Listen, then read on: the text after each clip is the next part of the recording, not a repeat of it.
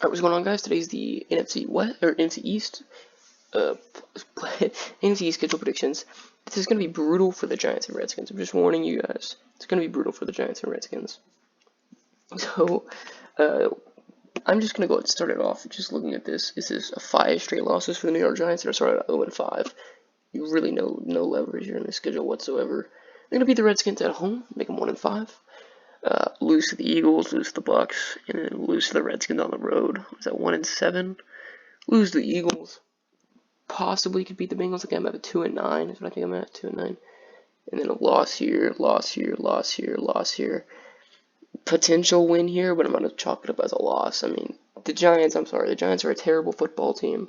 They will continue to be a terrible football team until they rebuild their offensive line entirely. Like, Andrew Thomas is a good pickup, and they might win a game or two. They might go 5-11.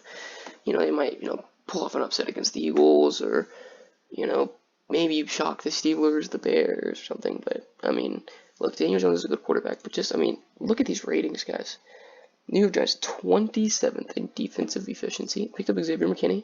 Offensively, they were 23rd. I mean, that's just one of the worst football teams in the NFL. You can't argue it. You just can't argue it. It's just one of the worst football teams in the NFL. No matter what you do, unless you pick up a franchise quarterback, which Daniel Jones might be a franchise quarterback, I don't see it just yet. He still has to learn how to clean up the football. Needs a better offensive line. Needs a line that can develop. So hopefully they move Nate Soldier to right tackle and Andrew Thomas at left tackle. If they put Andrew Thomas at right tackle, then the season's they might lose to the Bengals as well and go 1-15. If they put Andrew Thomas at right tackle, and Andrew Thomas is a natural left tackle, and Nate Soldier is past his prime.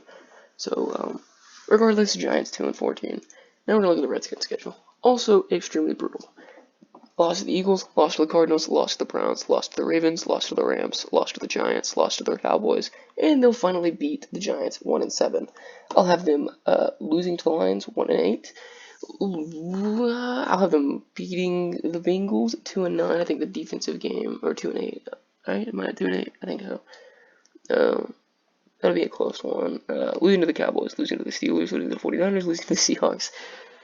I'll have them beat the Panthers, because I don't think the Panthers are a good football team whatsoever. 3-13 is what I got the Redskins at. I mean, if you want to argue with me, go ahead, but unless Dwayne Haskins is an MVP candidate, you're going to have the 30th best offense in the NFL via DVOA, and the 24th defense. Now, that defense is going to go up probably around like the Kansas City-Denver level, but the offense is going to stay down here. And when you can't score points in the NFL, you're not going to win football games. It's pretty simple. Redskins 3-13, Giants 2-14. I mean, they're just two bad football teams, and neither are greatly coached. I mean, Ron Rivera is not a bad coach, and Joe Judge we don't know yet, but Giants also have Jason Garrett running the offense. I didn't even think about that, but before anybody says anything about the Cowboys being able to develop quarterbacks and Daniel Jones, Jason Garrett did not develop Tony Romo, and Jason Garrett did not develop Dak Prescott. Actually, he made Dak Prescott worse. Dak Prescott did not get good. Okay, 2016, Dak Prescott came in running the offense. Basically, it was just him from college. It was just straight up like a college prospect. 2017, you saw Dak had a year of development, and Dak got a lot worse. 2018, Dak was bad until the trade deadline, or not, it was a little before the trade deadline when the team got Amari Cooper, and then he was able to play football the way he wanted to play, and then they picked up John Kitna as the quarterback's coach, and the Cowboys got better. Jason Garrett cannot develop. He just can't. He's just not a good developer. He's a motivational speaking coach running an offense that's going to be extremely stale. So yeah, we're going to look at the Eagles schedule now. This is where I'm going to get a lot of hate because I'm not high on the Philadelphia Eagles whatsoever. Injury-prone team. Not even talking about Carson Wentz. I mean, just all around the board, and they didn't do much to make this football team better. They picked up Jalen Reagor, another speed guy with knee problems that also has a drop issue. So week 1 against the Redskins, obviously a win. I give them a win over the Rams, win over the Bengals, lost the 49ers. So they start of the year 3-1. You think, oh, this is good. Lose to the Steelers, lose to the Ravens, 3-3. Beat the Giants, lose to the Cowboys, get them at 4-4. Beat the Giants, have them lose to the Browns here in Cleveland, so 5-5. Lose to the Seahawks, they just get owned. Lose to the Packers, 5-7. Lose to the Saints, 5-8. Beat the Cardinals, beat the Cowboys, beat the Redskins. So they'll end the year with 3 straight wins, but by that time the team's already done and buried, 8-8. is what I got the Eagles at. Of course, I am a Cowboys fan. People are going to say that. I mean, look, Eagles last season, defensively were 12th in DVOA, lost their best linebacker, drafted nothing but projects. They didn't do anything in free agency besides sign another defensive tackle that they did not need. In 2019 offensive rating, they were 14th, and they got worse. Again, they just got worse. They got older. They got, I mean, now you got Doug Peterson completely running the offense himself, which, that's not a bad thing, but, simple as that. Now we're going to look at the Cowboys schedule. Beating the Rams, beating the Falcons, losing to the Seahawks 2-1, beating the Browns, beating the Giants, beating the Cardinals. So the Cowboys start off with a lot of hype, like they always do, 5-1, beating the Redskins, beating the Eagles 7-1, beating the Steelers, losing to the Vikings. So I got them at 8-2, beating the Redskins, losing to the Ravens 9-3, beating the Bengals 10-3, losing to the 49ers 10-4, losing to the Eagles 10-5, beating the Giants. So 11-5 for the Dallas Cowboys seems like a fair prediction.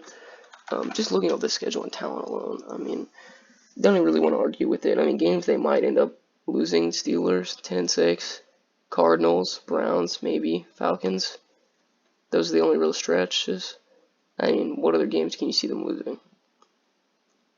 So 11-5 for the Dallas Cowboys will be good enough for the 4 seed. This is just like the 2014 season when the Cowboys went. When the Cowboys went 12-4 and still ended up in the 4 seed. So now we're gonna look at the total NFC standings. The Cowboys at 11-5. The 5 seed will be I'm just gonna go in order from top to bottom. I don't know exactly how all that's gonna play out. So Saints 11-5, Packers 11-5.